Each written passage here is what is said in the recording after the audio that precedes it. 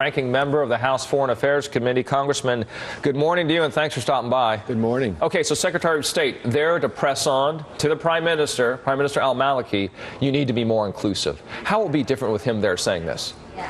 Well, I think at this moment, unfortunately, we're grasping for straws, and I think that what Maliki has failed to do was to be inclusive, and in my opinion, he's part of the problem, not part of the solution. But he is there. He was elected democratically. We have to deal with him. So what we have to try to convince him to do is try to have a coalition so that Iraq doesn't break up. But at this point, it looks like that's a long shot. Well, as the Secretary of State might be intimating, they might be looking at the next step, the new Prime Minister. Is that part of his strategy here? Is he's there with leadership from the Kurds, from Sunnis and Shiites? Well, I think his strategy is to say that the United States, first of all, is not going to get militarily involved with boots on the ground. That is not an option. Nobody wants that. I don't want that. Right. The president doesn't want that. I think he's telling Maliki that if you don't do what you're supposed to do, try to be inclusive, we're not going to support you. And part of that here, Congressman, as we speak, U.S. Navy planes conducting surveillance missions over Iraq, up to 300 U.S. Special Forces, as we see here, being deployed as advisors. A new poll out this morning on top of that showing a deeply divided public, 50% saying the U.S. does not have a responsibility to do something about the recent violence in Iraq, 42% saying the U.S. should do something.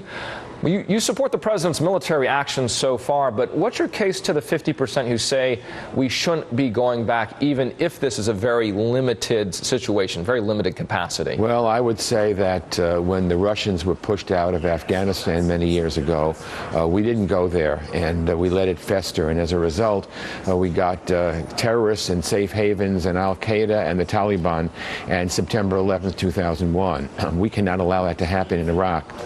If ISIS is left unfettered, they will be planning attacks from Iraqi soil, against the U.S. mainland. So we have to disrupt them. I don't think we have a solution. But we cannot and should not get involved with boots on the ground in a ground war. There are lots of things we can do. And I know that the administration is trying to do it. It won't be easy, but I think we have to work in conjunction with our allies, with our Arab allies. We have a stake in protecting Jordan. We have a stake in lots of things, and I think that it's not an option to ignore it or turn the other way. It really is not an option. We don't want to see another attack on the American homeland. The Wall Street Journal front page, Mideast splits bedevil West. In an interview with Morning Joe's Mika Brzezinski, the president talked about that difficulty, the challenges in responding to the fast-moving changes in the Middle East. Let's listen to that first. We're going to have to deal with some of the worst impulses there, the extremism that ISIS represents. What we're not going to be able to do is to play whack-a-mole and chase wherever extremists appear, occupy those countries for long periods of time and think somehow that we're going to solve those problems.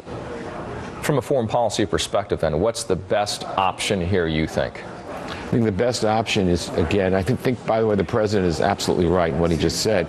I think the best option is for the United States to work with our allies in NATO, because Europe is a lot closer to the Middle East geographically than the United States is.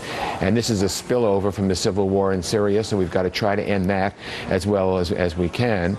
And we have to just try to disrupt ISIS. So again, no boots on the ground. We can't occupy countries, but there are things we can do and that we should be doing. As the problem seems to grow, as we were reporting with the borders on with Jordan as well as Syria right now. Another headline from the New York Times, it reads, Iraq's military seen as unlikely to turn the tide. So, Congressman, it's a troubling headline. Military experts telling the Times that about a quarter of Iraq's military forces there are combat ineffective, 1 out of 4. Its air force is minuscule, and it also says its troop morale is low. How could that happen based on the investments? It's a question you've heard that the United States has made, not only in training, but also in money. Well, it's a very good question, and it's very disheartening to see Iraqi trained troops, we saw that a few days ago, abandoning their posts and just letting ISIS run all over. I think that, again points to the fact, we went into Iraq on a lie. We were told that there were weapons of mass destruction by Saddam Hussein. We were fed faulty intelligence information. And we need to be very, very careful. But it's a fact. I mean, I think Iraq will probably break up. You know, these are the old colonial drawings of nations, and there's nothing that says it has to stay that way. You've got the Shias, you've got the Sunnis, and you've got the Kurds, and if they don't want to live together, we cannot force them to do it. So you echo Vice President Joe Biden's sentiment on that, a potential breakup as being a solution here. I thank you for your time today, Congressman Eliot Engel. Appreciate that. Let's get the latest on the situation on the ground in Iraq. NBC